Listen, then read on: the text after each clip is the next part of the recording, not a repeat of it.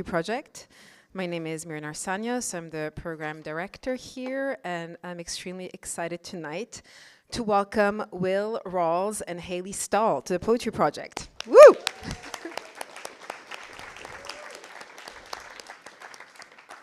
Before we begin, I have a few announcements. Coming up at the Poetry Project next week, I invite you to come back for Maya Martinez and Sam Max. This is also a reading that's going to be very performative for those of you interested in performance. And on Friday, May 15, Ralia Saadawi and Olivia Tapiero will be reading. So I invite you both to come back for both. This is our final ESB reading of the season.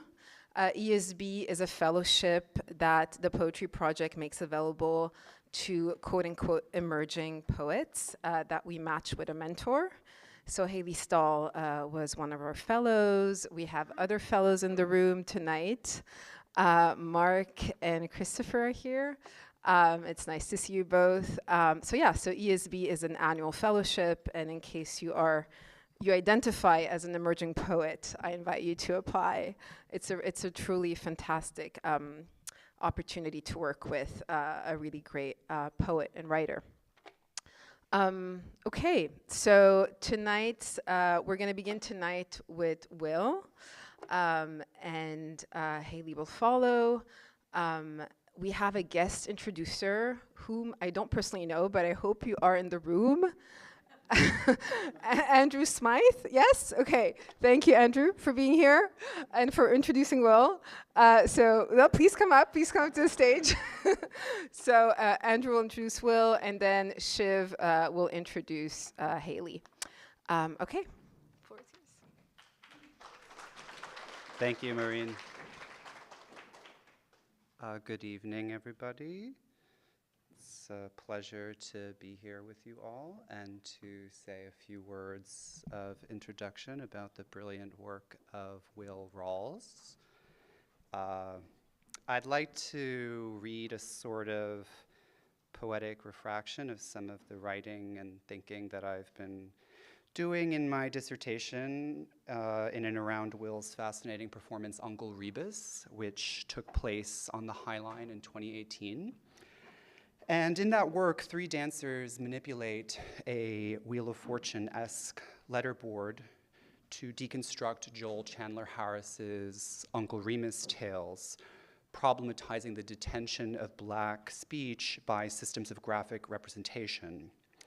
This inaugurated, you could say, something of a linguistic turn in Mr. Rawls's practice, which also famously traverses choreography, installation, and the cinematic.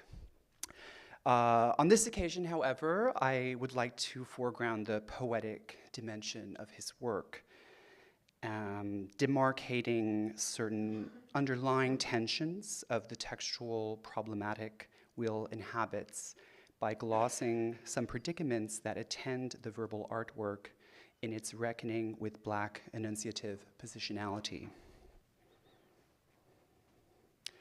Orthography, noun, the conventional spelling system of a language, the branch of knowledge dealing with letters and their combination to represent sounds and words, spelling according to accepted usage or convention, from the Greek orthographia, meaning correct writing.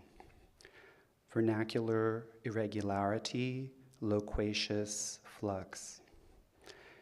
The dissimulations of the alphabet, how anti-Blackness generates and sustains indexicality as a mode of fraudulent referentiality. The emergence of a textual surplus rather than a lack of normative form.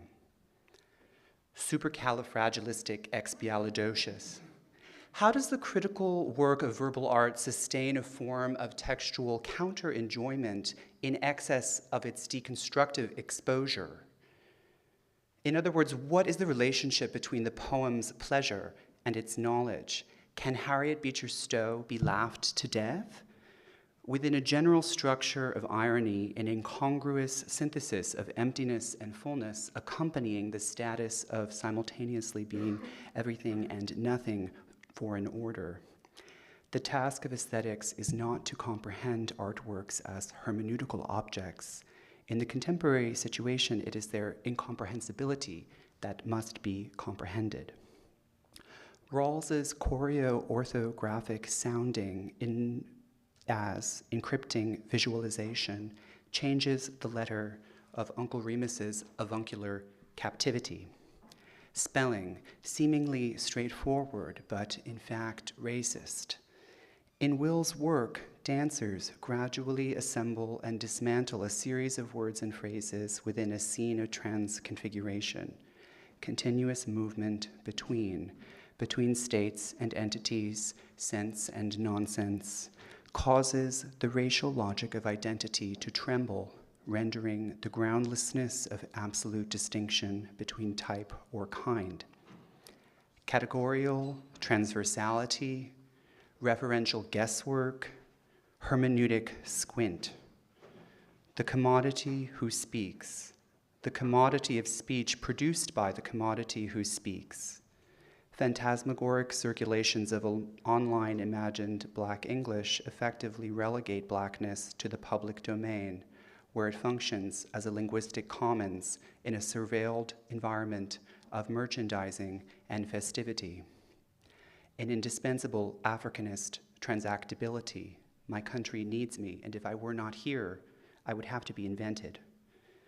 Despectacularization, signifying a dramaturgical comportment of withdrawal from the injunction to perform, the commandment to enjoy, the paradoxical convergence of an availability for sale that is total, and a musico-poetic force of difference that is anterior to general equivalence. Can the object not only resist visual pleasure, but resist by way of visual pleasure? How does one occupy the inescapable sight of one's own unending condemnation? Rather than pursue a better, truer word behind the imputation, Rawls induces wicked movement in the gap between existing terms, leveraging the force of the enunciation of the slave and of her originary bearing in the production of symbol and value. The pulverization of language, cryptographic hum. The breaking up of the linearity of the signifying chain and its centrifugal suffusion with powergrams and glossolalia, black smithereens, exfoliate the utter irreducibility of the poetic to what is called communication. Vernacular, patois, colloquial, provincialism, idiom, improper dialect or parlance. I think Will deals in the exorbitant, the undecidable, where the abject is edged with the sublime. Please welcome Will Rawls.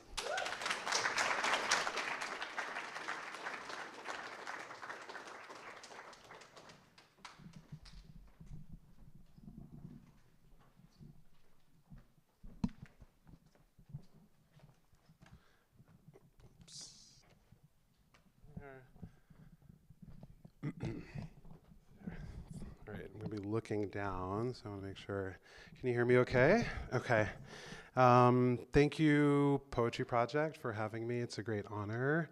I do use language in my work, but to be among truly big cigar poets is really a wonderful opportunity to read my own writing, which is ostensibly not poetry, but about poetry, and also about my background in a classical education. I'll just preface, I'm going to read two kind of personal essays, short essays, and read one poem that I wrote today. I want to say the first essay was published first, read and developed and published first by Adult Contemporary, which was a reading program curated by Svetlana Kito and Katie Brewer-Ball. And I've kind of taken it and continued to edit it over the years. I also need you to take out your phones and Google something before I read. I need you to just Google the word kouros, which is the name of a Greek sculpture that it's Kouros, R-O-S. And that is a sort of typical votive sculpture, usually used in funerary displays. It was kind of the first monumental sculpture that appeared in kind of the beginning of what became classical Greek antiquity. And he's usually depicted with one foot stepping forward, which was the appearance of movement in sculpture, and that was a big deal. So I got really excited about this moment of movement, and so I'll begin there. Yeah, okay. So this essay is called Private Educations. In a sense, I've always felt myself familiar to myself among ruins. I attended a quasi-Jesuit all-boys high school where I spent years translating ancient Greek and Latin epics and staring at fragments of marble cocks and balls. Despite various architectural additions, the school felt like something of a ruin in progress, promising an aspirational white boy education that conflated literary gods and saints with us, the boys who should dutifully propagate their legacies. I won a gold medal for my Latin translations, but have scarcely used my Latin since.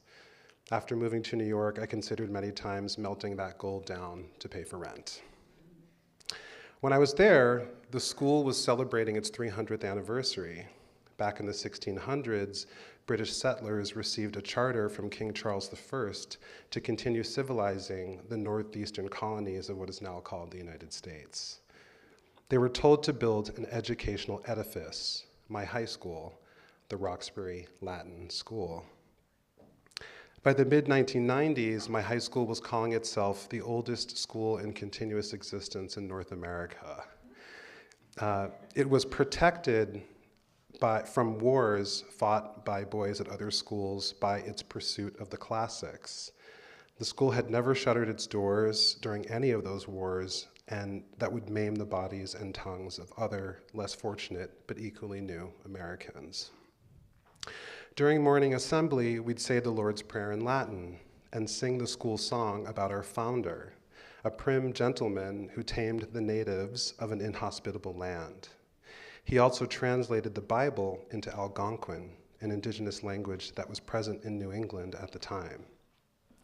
Not coincidentally, we never did learn who helped him to speak and write the Algonquin language. However, as a reward, our school song had lines about educating Negroes and red men. It seemed that identification was the goal. As the 90s progressed, these lyrics raised more and more eyebrows among the students, eventually leading to complaints and then a change in the chorus to what was believed to be an improvement. He taught whites, blacks, and Indians to walk the narrow way, and he founded this ancient Latin school. It was the half-baked victory of bourgeois identity politics, the goddess Nike crash landing on our suburban campus. In other words, the predetermined sense of excellence that I was supposed to feel while speaking Latin and Greek was cut through with feeling. In other news, the predetermined sense of excellence that I was supposed to feel while speaking Latin and Greek was cut through with feeling kind of faggy all the time, or in other words, dancerly. After assembly, we'd trot off to class where we'd study the porch of the Caryatids on the north side of the Erechtheion Temple, or we'd translate into English the adventures of Dicæopolis. Dicæopolis is like, oh, like a groan of recognition. Dicæopolis is like a B-list protagonist in an underread Greek epic. His name means something like just city, Dicæopolis. Apparently, we were supposed to believe that the root of the word justice was dick. Dicæopolis had a very boring life, some buying and selling of cattle, a wife and kids, a boat trip here and a battle there. His life demonstrated the lesson of how to enjoy the pursuit of economic prosperity and a nuclear family. No beheadings, no twink lovers, no bestiality. Dick was boring. The tale of Dicæopolis landed on my syllabus as a joke, and a command held over from those courtly English schoolrooms in the 1600s, when the phallic flourish of Dick's names must have tickled a royal mustache or two. Every now and then, we'd translate Pericles' paeans to his boy toys, and we'd ponder the evolution of the Greek kouros as, century by century, their naked, boyish muscles grew ever more graphically engorged, until these men were draped about the Renaissance Forum in an impossible blend of turgid and languid, like football players lounging in a locker room post-circle jerk.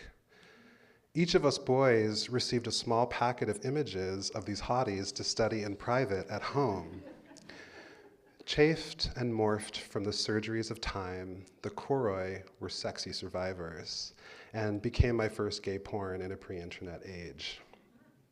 I'd savor the stiff gesticulations of my naked Greeks while shuffling them among mental snapshots of my shirtless classmates drenched in Drakkar Noir cologne before our school dances. I doubt the school intended for the kouroi to become part of my personal yank bank, but spending intimate hours with them at night helped me perfectly ejaculate their names into my quizzes the next day. I wonder if knowing their names as well as I did served ipso facto as a giveaway of my private educations. Me ineptum interdum modo elabitur. After classes, I'd saunter past phalanxes of other young scholar athletes wearing their diadoras and clacking out to the sports fields to labor in the school's image. In a twist of desire I couldn't explain at the time, I imagined that the ancient models who posed for the kouroi sculptures were slaves captured by the Greek state. So the laborious clacking of the diadoras made sense to me. To this day, the origins of the Greek kouroi remain only partially known, perhaps due to their slave lineage.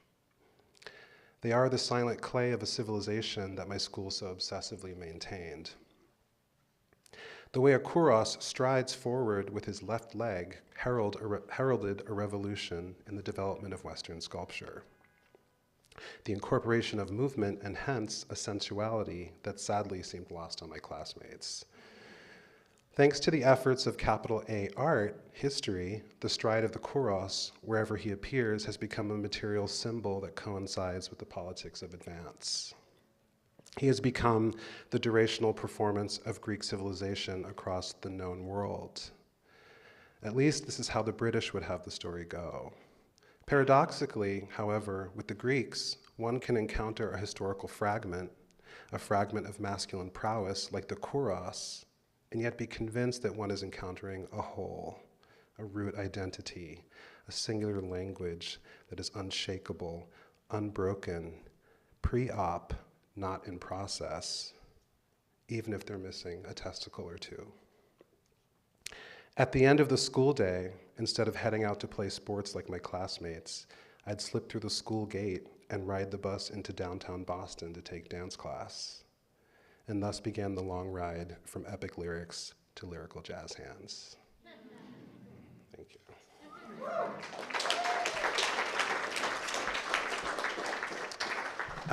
So that's an old piece of writing, and I'm trying to work on a book whose working title is Behold the Middle-Aged Dancer. This next piece of writing is kind of inspired by Anne Carson, who's a famous classicist and wonderfully kind of critical of the project and inventive with its forms. I attended an event once called, Plato wrote a book called The Symposium, which is about Socrates gathering people to talk about love. And Anne Carson was at an event that I attended called The Symposium, which was about kind of throwing into speculation everything under the sun, which I now crib as a bad copy. This is also covered with scribbles, so I may halt a few times. Symposium. I suppose I am an expert in archaeology now. I suppose I am an expert at digging for what lies beneath, for looking for fragments to make a story. I suppose I am partial. I suppose I mean partial not just in terms of feeling like I'm in pieces most of the time, but partial in the sense that I have desires that color my research. I suppose that I would rather touch a sculpture than simply look at it. I suppose I am partial in that I prefer to see with my body and then fumble from there into language. I suppose I have watched too much porn to easily separate nudity from nakedness. I suppose I should just be catching up on sleep rather than streaming porn. I suppose I'll never, ever have another wet dream. I suppose that I've encountered two types of Greeks in the world, the ones that fall asleep from boredom when you say you are researching the kouros, and the ones that don't. I suppose they know I am struggling with looking at all this nudity and not seeing nakedness. I suppose they might be struggling with this too.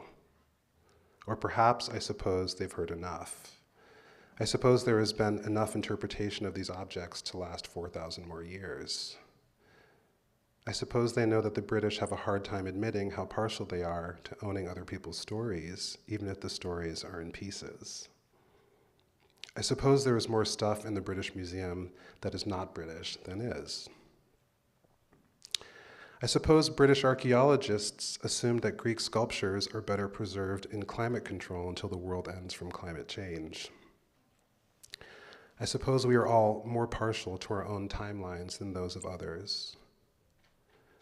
Whatever happens to a sculpture when it is exposed to the sun and rain, nude or naked, I suppose, counts as cultural agency. I suppose the same goes for our own bodies. Apropos of leaving things out in the rain, I suppose it matters that we get to decide what we preserve and what we let die. I suppose that this is the umbrella of desire protecting our sculptures from the rain of time. I suppose that is a bad metaphor. I suppose I like dumb metaphors and pointing them out to make dumb jokes. But still, I suppose it's true that even though we want to survive, we know we won't, and so I suppose we also desire to let ourselves fall apart in whatever way we wish to. To be allowed to do this despite the best intentions of others, I suppose.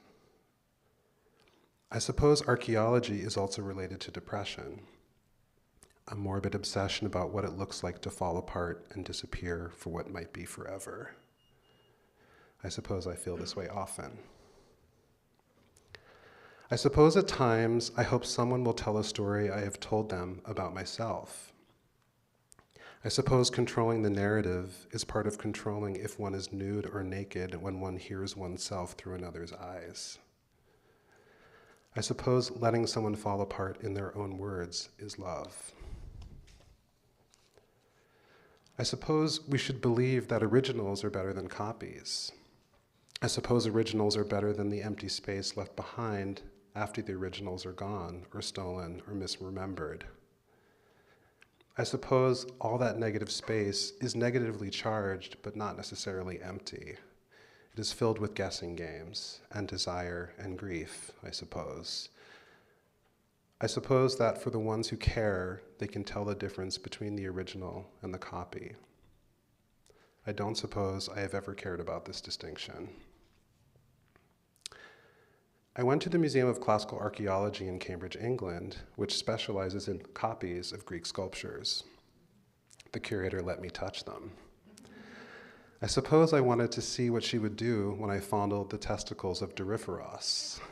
She laughed. I suppose she's done this too. But I couldn't tell because I suppose all curators are masters at plausible deniability. So I suppose I may have become a perv in her eyes with an amateur interest in antiquity, but I suppose I'll never know. I suppose no one will ever let me touch an original like this. I suppose then I prefer the space for bad copies, bad research, bad boys, and some good ones. I suppose it might seem to any Greek that I should have known my research would fall apart when I went to Lesbos. I suppose that it makes little sense to them to go to a famous lesbian island to write about my desire for the kouros.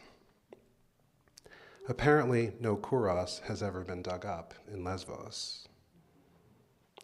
Like myself, I suppose the other men who go to Lesvos call themselves lesbros.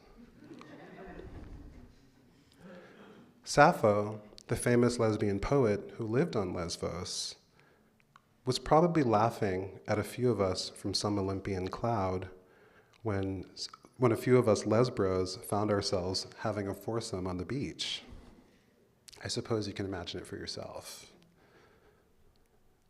But suppose I paint the picture for you just a little bit.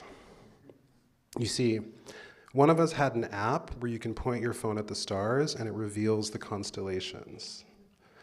I suppose we had just been skinny dipping and we were shivering in our nakedness. To keep warm, I suppose we had to cluster together around his tiny screen to see the translation of these bright celestial fragments into animals. The more he raised his phone to the sky, the more I suppose we had to squat and bend over and lean on each other for support. I suppose, as the fragments above came together, so did we. As above, so below, tops and bottoms. I suppose constellations are a way of using nature to reflect our nakedness back to ourselves in our tangled forms: Pegasus, Scorpio, Pleiades, Cygnus, Ursa Major. I suppose someday that I will find names for the positions I found myself in that night. I suppose we were also just two Turks, a Greek, and an American.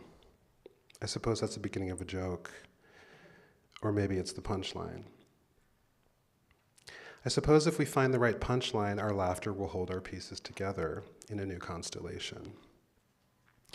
I suppose that is sometimes why we laugh at ourselves with other people's help. I suppose we were dripping with phosphorescence when it was done. I suppose it was as close to a wet dream as any of us were hoping to get in Lesvos or in our Middle Ages, for that matter. I suppose the lesbians I was staying with at the time couldn't help but lodge a complaint about gay men and collective narcissism. I suppose Sappho was also depressed sometimes on that pretty island. But to answer my earlier musing, I suppose, even though depressed, she didn't disappear forever. I suppose Sappho is laughing again now in fragments. I suppose laughter in fragments sounds something like a gasp, a groan, a sigh, a fart, a squelch, and a whimper as strength gives way to surrender. I suppose this could be elaborated into theories of desire and history that can be contained in suppositions. For example, if-then statements. If you go to Lesvos, then you will not find a kouros. But I suppose we proved this wrong in a way. In honor of the fragment, I will lose the second half of my suppositions, and I suppose it will sound something like this. If you pass me in the street, if you press me into the sand, if you pull me from the ocean, if you lose something you thought you'd never lose, if you think you are whole, if you remember what I told you tonight, if you feel alone in this crowd, if you don't feel alone in this crowd, if you surrender whatever power you've been told you have over me or over yourself, if you never expected me to leave New York City, if you had written this history, if you look me in the eyes and rise to touch me now, then this fragment of Sappho could finish this essay. And I quote, I tell you, someone will remember us in the future, ... Thank you.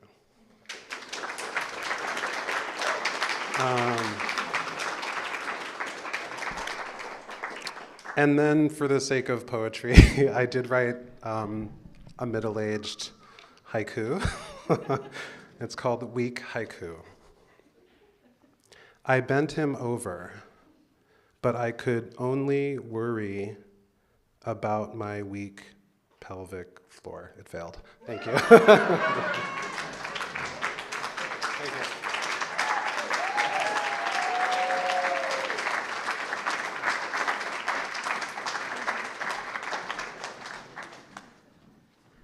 That was wonderful. Well, thank you so much. Very much identify with the middle-age theme of the reading. And thank you, Andrew, for your beautiful introduction. So our next reader is Hayley Stahl.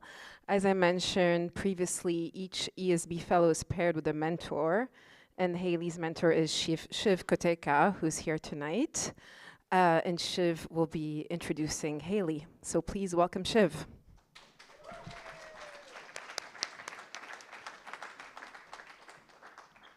Thank you, Moran. Hello, everyone.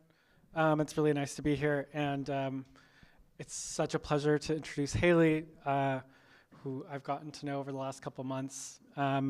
This introduction is really, it's only an introduction to how I feel about Hayley's work. So please excuse its partiality.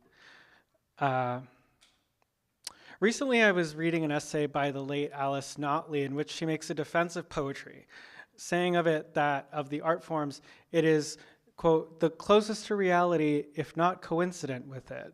It is measurable, layered, and vibrates across itself like one does. For Notley, these qualities of poetry have to do with voice. Not only the parts of voice that can be attributed to a particular person, like rhythm or grain, but also the more shared or collective parts of voice's composition, like diction or vocabulary or cadence.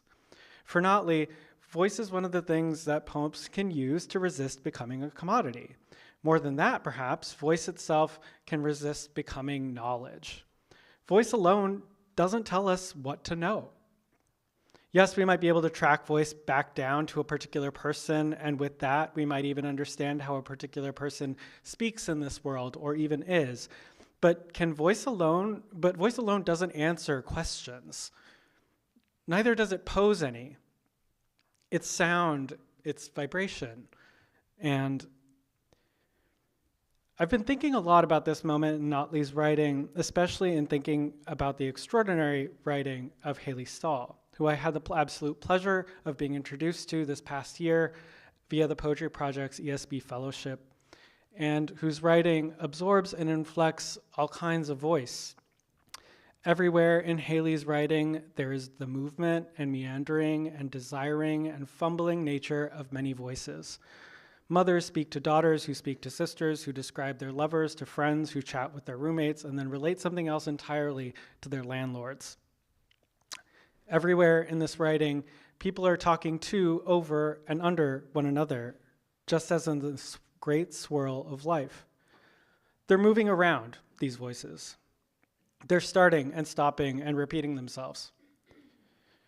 Crucially, Hayley's writing not only includes poems, but comes from a background in playwriting and direction. And I think that Hayley's writing is not only emblematic of the claim that I think Notley is making about poetry's interconnectedness with reality or life, I think I'm sort of interpreting here, but in certain ways exceeds it, or at least Hayley seems to get the point. She flips the script. What I mean to say is that everywhere also in Hayley's writing, voice is something that is made to reverberate against its own performance. Are the voices that populate these poems actors performing exercises, or are we seeing actors become themselves again, whatever a self may be? Reading Hayley's work as if it were a script to preempt a play, which is to say incorrectly, I imagine any number of scenarios quite easily. But reading these texts for the page, wherein the dramatic imaginary of the stage is forced to evacuate itself, and for which these poems are meant, something stranger and I think much more interesting happens. Something excessive and or elemental, a scene in which the social embeddedness of an emotion might proceed or might become a prop. For example, in poems like the title is I'd Like to Make 5 or 6 Points About, recently published in the Poetry Project newsletter, which I think everyone is sitting on right now, Objects, ideas, singulars, and plurals are itemized into an inventory that folds inside of itself the categorical gaps by which anything could be itemized, emphasizing instead the scale and scope of inner and outer life as it reverberates against any one of our pronounceable desires. I'll read a few of these items such that we might collectively experience all of the ways in which we might prop our minds. Mess, spite, Los Angeles, art in America, familiar quotations, gossip companions, regression, restaurants, hands, jobs, heartbreak, nursing in America, the future, the fixture. Crucially, they're just plans, things the writer would like to make points about. If language will only make it happen. If only language, the poem seems to say, could lead to contentment. The search for connectivity and thus for contentment is, in other words, this poem's content. In another poem titled You Are the Key, we receive a string of missives written by, this time, a character named Poe to a suite of different addressees. The exchanges are partial, offhand, and feel like they've been written urgently, concurrently, one after the next, but also with some sense of relaxation, suggesting intimacy. Poe improvises, shifts between different cultural or social registers, converses, convolutes, repeats herself. Poe recommends plays they've seen, negotiates apartments, apologizes, promises to write again soon. We don't get a sense of Poe's identity as such, but instead the sense that identity itself is something that aggregates and retreats in voice, or in the acting role that speech plays. Somewhere along the way, Poe performs and Poe briefly becomes Poe again, or perhaps, like voice itself, slips back behind the curtain to reveal a stage, by which I mean life. Hayley Stahl is the author of Performance, which is forthcoming from Nightboat, and her plays include Chairs and Music. Her poems appeared in Footnotes and were read on Montez Press Radio as well. She's currently training as a psychoanalyst in New York, where she also lives and works. Please join me in welcoming to the Poetry Project the writing of Hayley Stahl.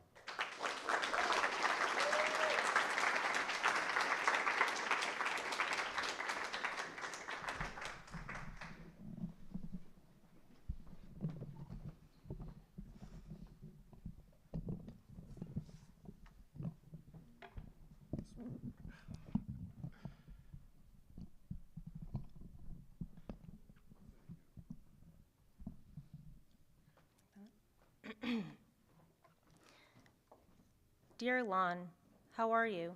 I'd love to see you sometime. I still owe you a debt of gratitude for sharing your home with me 2 summers ago. Let me know if I can take you out to dinner sometime, or to the opera or movies, like we used to. Hope to see you soon. Yours, Doe. Dear Sav, thank you for welcoming me into the group. I've learned a lot already, and I'm looking forward to what's ahead. I received your bill and noticed that the fee per session is $10 more than we'd initially discussed. Would it be possible to honor the original rate? In any case, thank you again. Yours, Doe. Dear Nam, despite what I said last we met, that I felt our work was done, I'm interested in meeting again if that's something you're open to. Let me know. In any case, thanks. Yours, Doe. Dear Nam, thank you for your willingness to meet. I did want to ask, would it be possible to do so at a reduced fee? In any case, I will plan to see you next week. Yours, Doe. Dear Dr. Venn, thank you again for your time and care as I navigate this new reality with my beloved, who is more to me than a pet. She's an exceptional being, soulful and complex. What could otherwise feel hopeless seems possible with your support. Thanks again, Doe. Dear Pape, thanks for having me 2 weeks ago. I was telling Ha how much I loved seeing you like that, leading the group, creating a holding environment or whatever. It made me think that everyone should have the opportunity to see everyone in their lives leading and holding. I also thought everyone was unduly harsh about the piece you shared. I didn't think it was detached in the way everyone said it was. Or anyway, I didn't think it was blind to the ways in which it was detached. To me, that was the point and part of the humor. Until next time, yours, Doe. Dear Dr. Venn, no, she's not peeing and pooping in the house. Is that something to anticipate? And no, I wouldn't describe her as senile, but she does give in to stares and seems deep in thought. If there are any behaviors or tendencies I ought to look out for that could be of consequence, do let me know. And thanks, Doe.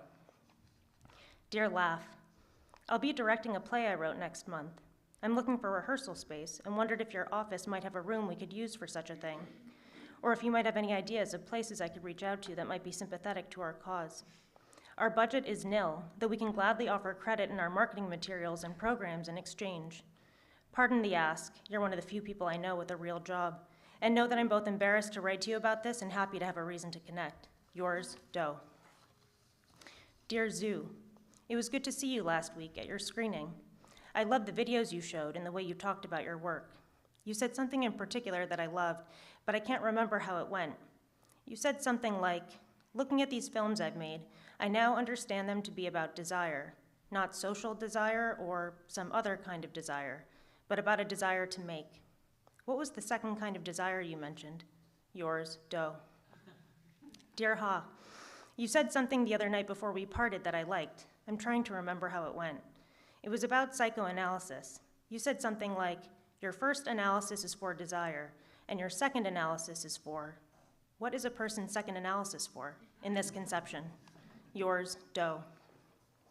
Dear Ort, I agreed with what you said about entertainment, that it's okay to want to entertain, that it isn't vulgar necessarily, even if that idea is unpopular.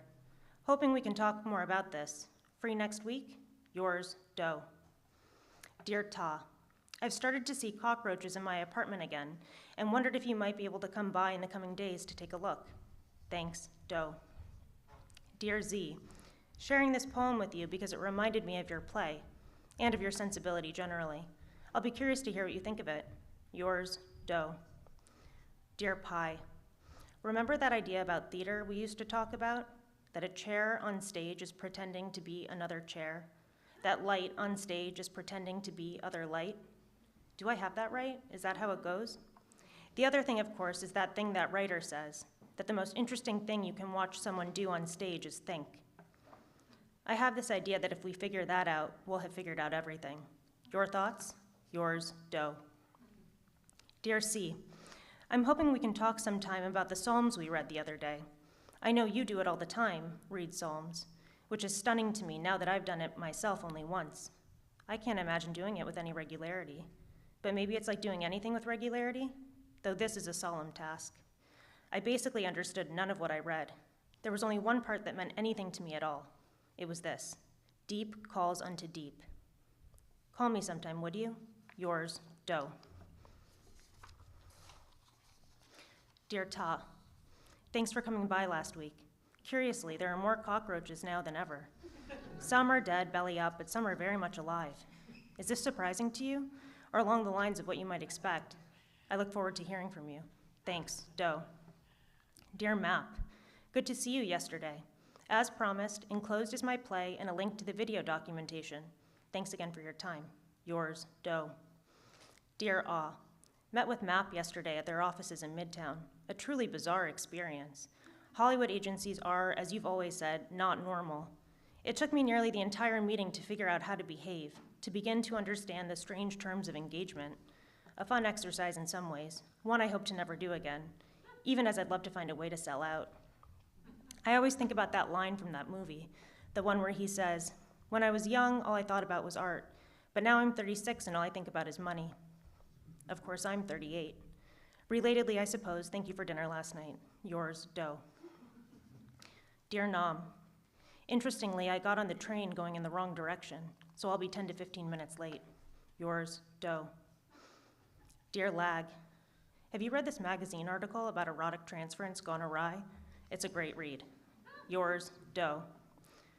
Dear Ya, sharing this piece about erotic transference gone awry, as it's a delicious read that will no doubt take your mind off of all that's been going on for you. It's about a therapist who had a 10-year-long sexual relationship with a patient who, after enrolling in a mental health training program himself and learning about transference, is now suing her. I hope you enjoy, and I'll be curious to talk to you about it. Yours, Doe. Dear Ha, I think we should absolutely adapt that article about erotic transference gone awry into a screenplay. It occurs to me, too, aren't all crimes committed based on that premise of erotic transference going awry? If you buy that, I suppose our ability to sell the script will hinge on whether we can make that case compellingly. For a few reasons, I'm inclined to write this under a pseudonym. Excited to work on this together. Yours, Doe. Dear Joss, you came recommended to me by a friend. I'm wondering if you might be able to repair this chair, images attached, and if so, what the cost and timeline might be. Thanks, Doe. Dear Lag, I keep thinking about that line from that TV show we watched the other night. You know, where she says, I'm not a woman, I'm a child. I really do feel that way a lot of the time. This psychoanalyst I consulted with recently said as much to me, that I seem young, which at my age I know is an insult. Her fee was too high, so it didn't work out. Anyway, of course I wonder what you think about all this. Yours, Doe. Dear Ha, I'm at this weird place in my life and in my analysis where I'm totally phoning it in, don't think I can be helped, and feel a tremendous amount of urgency to address my most pathological tendencies that could, now, impact my life irrevocably. To me, this seems very particular, even as I recognize that it's probably incredibly basic. And somehow, my lack of insight into all this only reconfirms my pathology. Did I mention that this analyst I consulted with was surprised to learn that I'd been in a 4-year-long analysis already? Struck as she was by how little insight I have into my own behavior. Write to me sometime, would you? I don't mean that as longingly as it sounds. That said, I do long for you.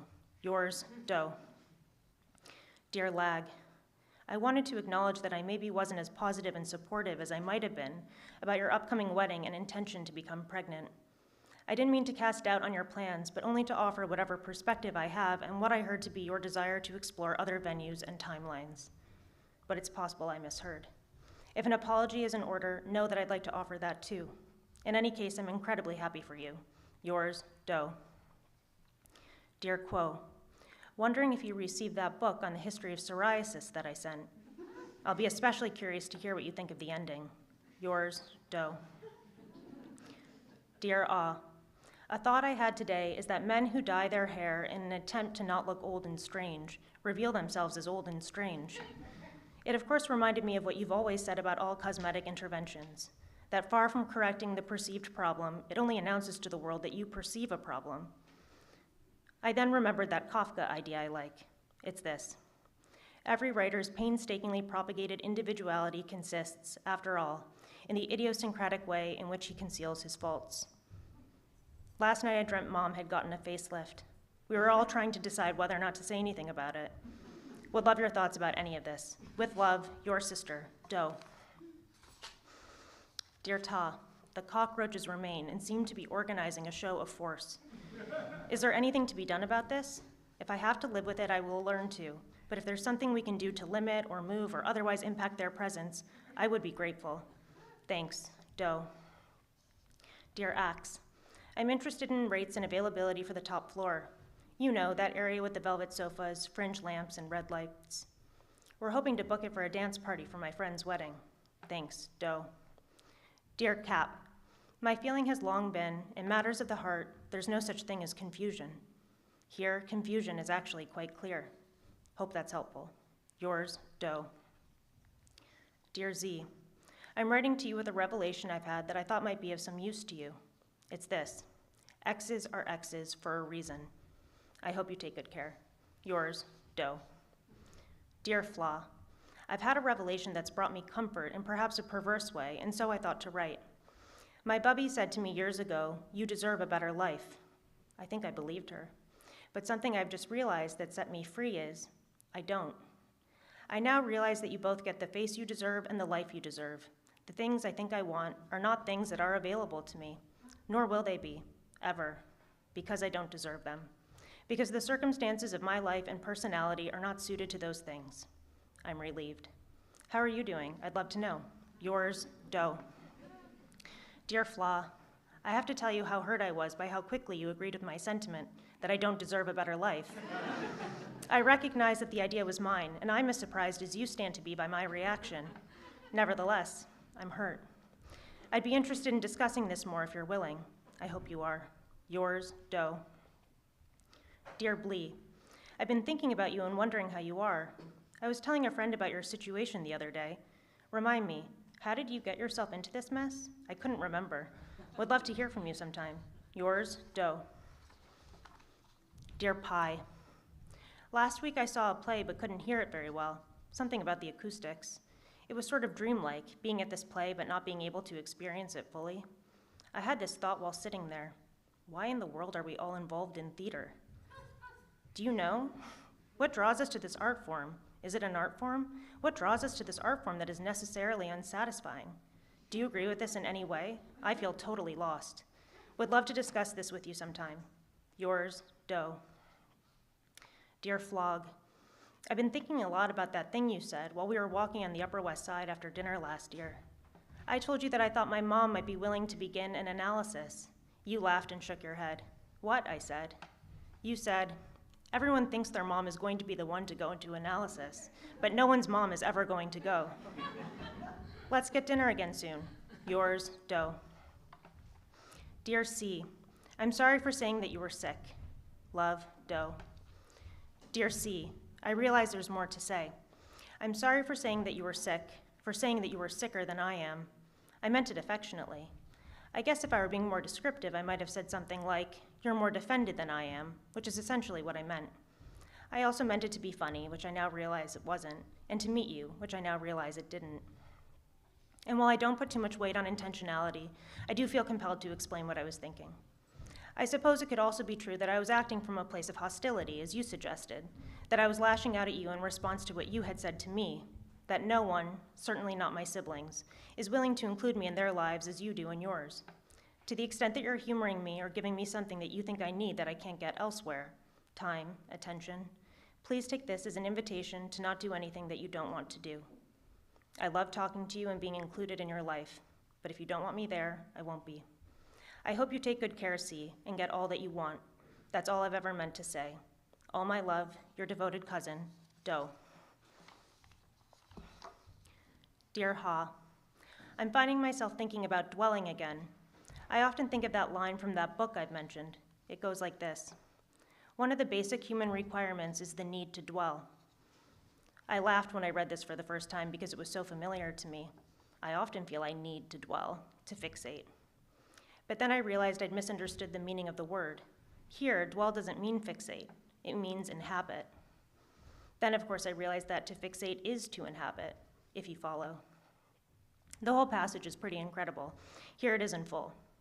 One of the basic human requirements is the need to dwell, and one of the central human acts is the act of inhabiting, of connecting ourselves, however temporarily, with a place on the planet which belongs to us and to which we belong. I adore this book, even though I never finished it, which is typical for me, to not finish something I love. Perhaps we could read it together sometime? It's very short. Let me know.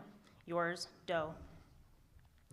Dear Und, I had this thought, the dreamlike quality of dreams. Yours, Doe. Dear Wit, I had this thought, the dreamlike quality of dreams. Yours, Doe. Dear Nam, I remembered another detail from that dream I described yesterday. In the dream, I was worried the theater was too big. I wonder if this changes your interpretation at all. Let me know. Yours, Doe. Dear Six, I had this thought, the dreamlike quality of dreams. Anything there for you? Yours, Doe.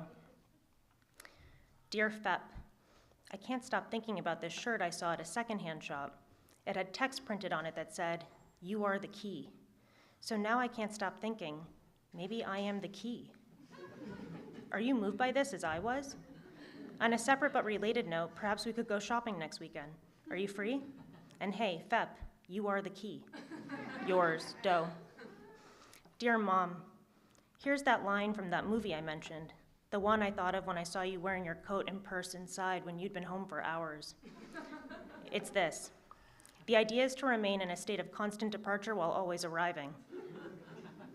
I don't think you've seen this movie, but maybe we could watch it together sometime if that's of interest. Love, Doe. Dear Blee, I want to reiterate that your secret is safe with me. I'm not at all moralistic about things like that. Ultimately, I feel very excited and even inspired by what you're up to. Yours, Doe. Dear Nam, I want to take back that thing I said about not wanting to be wanted. I now realize that the reverse is true. The truth I now know is that I'm desperate to be wanted, desperately. But of course you knew that. Perhaps we can take this up at our next session. Yours, Doe. Dear Nam, I've had another revelation. Remember last week when I said that I'm both incredibly vain but don't care what I look like? Well, I now realize that looking like shit, as I often do, is a huge part of my vanity. Perhaps this is something we can take up at our next session tomorrow or the next day. Yours, Doe. Dear Pi, thank you for last night and for all else. I didn't handle any of this the way I wish I had. Too much avoidance and ambivalence, even for me, I guess. And the theater stuff brings up something especially hard for me. I'm touched by your grace and generosity. Perhaps we can continue to talk about it, if there's a desire to. Did I ever tell you about what happened at group last week? I finally told everyone that I felt misunderstood by them, that I was thinking of leaving the group entirely. But then one of the members encouraged me to stick it out. He said I stand to get better faster in a group than on my own. So, there's hope yet. Forever yours, Doe. Dear Glue, it was good to see you last weekend. I've been thinking about your dream about Bubby, her at the hair salon, exuberant and wanting to be seen, walking slowly along the loading dock and into the water. It's a beautiful, if not tragic, picture of what's been going on with her these years, and arguably her whole life. Hopefully we can discuss this more sometime. Until then, hopefully before too long, your niece, Doe. Dear Ha, I'm writing to you from an event that was set to begin 15 minutes ago that has yet to begin. Let this be a reminder to us that things should start when they're scheduled to start. Psychoanalysis has a lot to say about this, of course, which I think is useful and important, perhaps never more so than at this very moment, when I sit here somewhat awkwardly, without anyone to talk to, wanting this event to start so that it can end, and I can return home to you. Yours, Doe. Thank you.